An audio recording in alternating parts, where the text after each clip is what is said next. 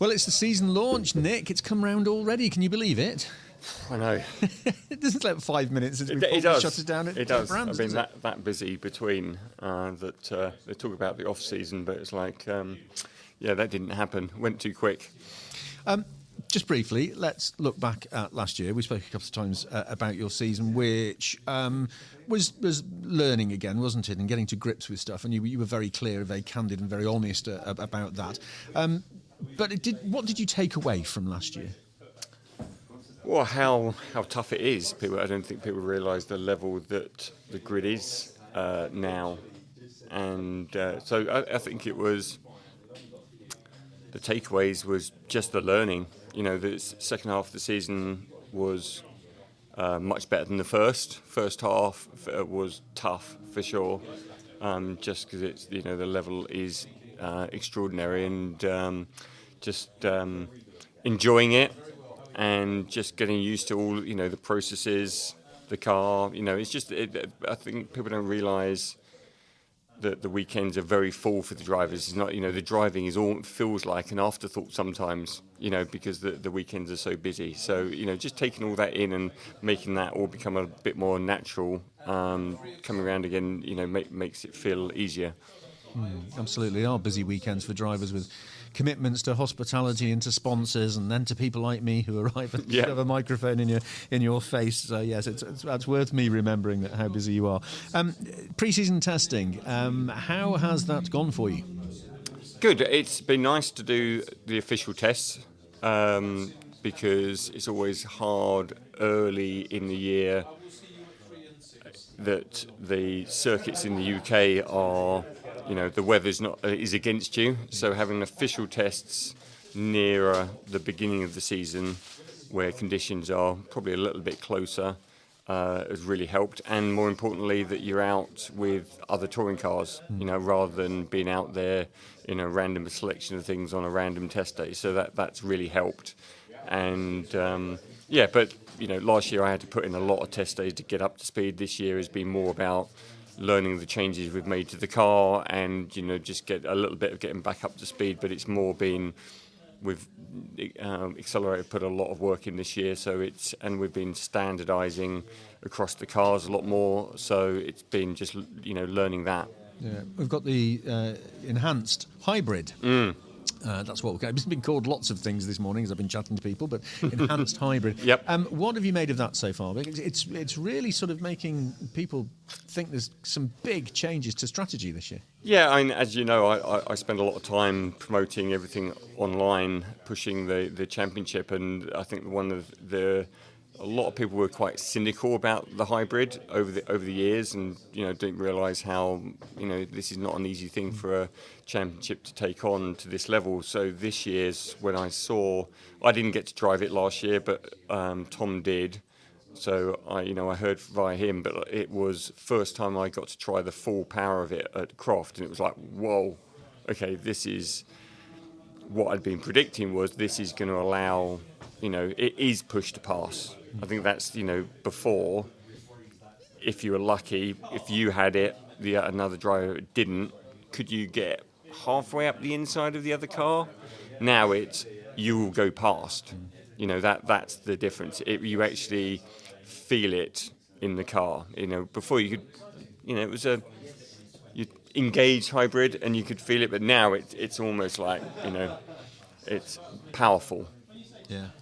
That's going to make a big difference to the races, isn't it? And the way that they play out and the strategy that people use. I mean, if we think that hybrid might give you half a second advantage on a short circuit like Brands, I mean, it's half a second from the front to the back of the grid. Yeah. That is massive. Yeah. Yeah, well, as I say, I think it's going to mean where you've got drivers maybe in 10th up against someone who's in first where they've been limited to a couple of laps, that's going to reorder the grid very quickly through the race. More than, I think what everyone wants to see is it going to be as effective as the old ballast system, because that obviously all you could see near the end of the races. I never got to drive it like that, but you could see how people would struggle. Yeah. And I think this is more exciting, because instead of it just a general degradation, you are going to just see a lot of when people run out or don't have any.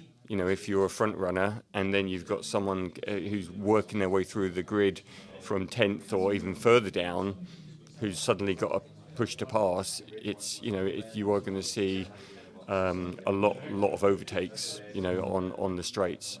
It's going to make it interesting and exciting for the fans as well as the drivers, isn't it? I mean, it's going to be good to watch. Yeah, I think before, I say they were rightly not cynical, but it's like, am I paying attention to how many are left? Now it's going to be like edge of the sofa stuff. Yeah. So I was like, is my favourite driver still got a few more hybrids laps left, because that could make the difference to them getting on the podium. Yeah. What's your personal expectations or aspirations for this year, Nick? I think going into it, I would like to see a Jack Sears weekend. I'm not going to win the overall. Jack Sears still a very strong field. That I've have to set my I've felt that by the end of last year, last 3 rounds, I was putting in pace that was top 15 at times, and so that gives me expectations. I can be battling further up than I was last year from the beginning. But so yeah, a few Jack Sears, or at least one Jack Sears weekend, especially if it's where I do, so both my times I got points. I do love a wet race. Well, we're looking out the window at the moment, and the sun has come out, and the track outside is drying. I think you've got a dry test day tomorrow, haven't you? But we have had rain here at Donington, haven't we? To some tune in the past. So you never know. At the beginning of the season, it might play into your hands. No, and because at Croft, I was very quick in for the test in the afternoon. Very happy with the pace. In the wet, so I'll be looking forward to a few of those sneaky opportunities to go on the wet tyre early and have a bit of fun. But I've under no delusions that I actually was an interesting stat for you. I was looking back, because I'm a data person.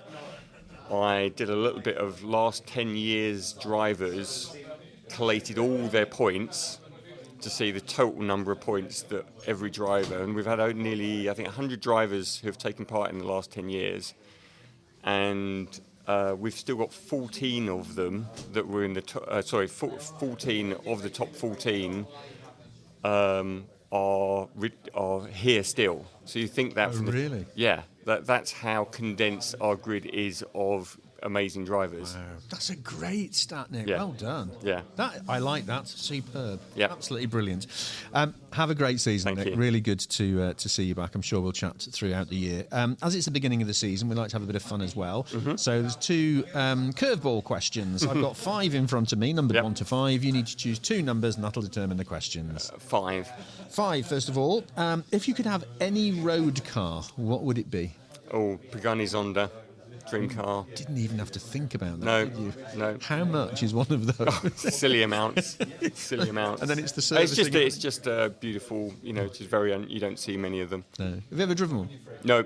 I've driven lots of silly supercars, but that's a proper, hypercar, whatever. If anybody's listening and they've got one, we can happy to drive it round Goodwood pass for on you. Nick's phone number for you. And your second number? 2. 2. What other sports are you good at, or would you like to be good at? Oh. What am I good at? Well, I used to do how I started this is because my parents, we didn't have the money to do cars, so I did bikes.